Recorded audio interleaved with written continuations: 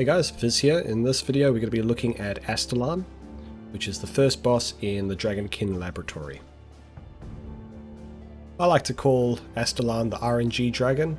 It's simply because every time you fight him, it feels like you're rolling the dice. Sometimes it goes your way, sometimes it doesn't. Hello there. Alright, let's talk about Astellarn's mechanics. So this boss will do unavoidable high magic attacks, so protect from magic is pretty much mandatory. You have the pulsar, the wormhole, the neutron star, and the celestial rain. And it'll always go in this order every fight.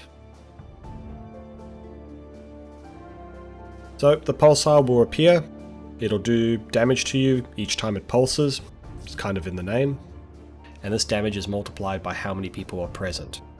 Pulsars will remain stationary, and this is always the first mechanic you will see when fighting Astellarn. To deal with this, you want to switch from Astellarn as soon as possible and quickly kill the pulsar, ideally before the next mechanic comes out. The next mechanic is the wormhole. Periodically, you'll get a teal bar under your adrenaline, which slowly depletes. When it does, you will place the wormhole underneath you, and it will start to do damage to you. So you will want to get out of that as soon as possible.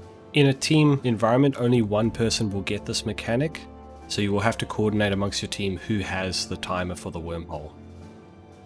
Now we get to the RNG mechanic, the neutron star. This thing is just nasty. In order to turn the wormhole white, you'll have to lure a neutron star to the wormhole. Getting the wormhole to stabilize is the main part of this fight. When the neutron star spawns, it'll spawn within 4 to 5 range of your character, but it can also spawn directly on top of you. Now, one will spawn per each player in the dungeon. So brace yourself to roll a 1, as it can happen. Fatality. Which becomes a bit of a problem in trio because it just takes one of them to explode to hit everybody. And if you're solo and you happen to get unlucky and it spawns on top of you, well, you're just going to have to take that 5k hit to the face. This is why I recommend tellying out. If you get a bad hand at the start of this fight, there's no point just sitting there taking damage and burning your supplies. Get out, reset at War's Retreat, come back and start the fight again. That honestly can take you as little as 20 seconds, so it's worth it.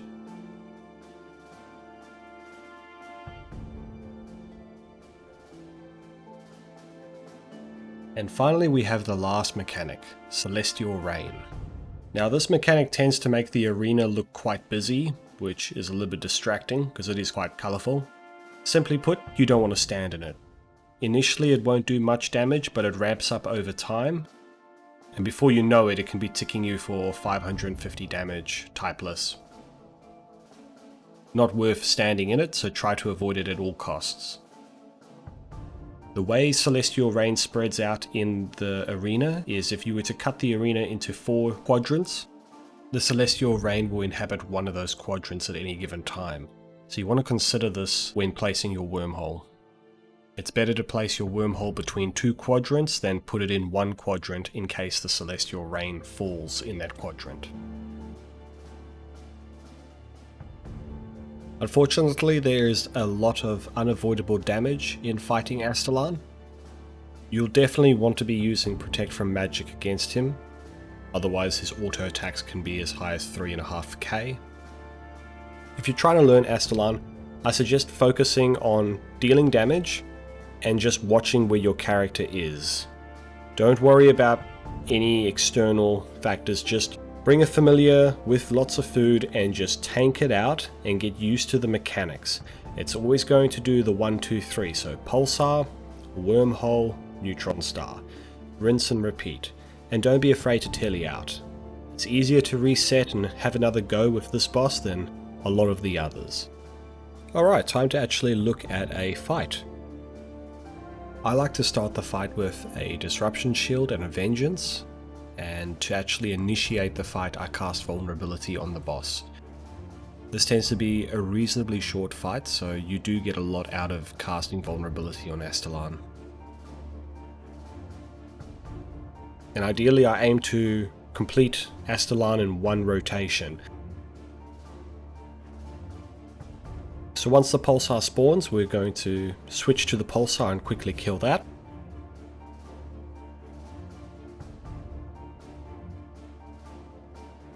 Thankfully I killed the pulsar in time before the wormhole.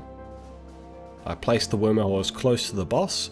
This gives me a favourable position in regards to where the neutron star might spawn. In this situation it wasn't perfect, but it was pretty close to the wormhole. Once the wormhole is stabilized, you will do extra damage to Astellarn if you stand in it. So you do want that stabilized wormhole close by. So consider that as well when positioning your wormhole.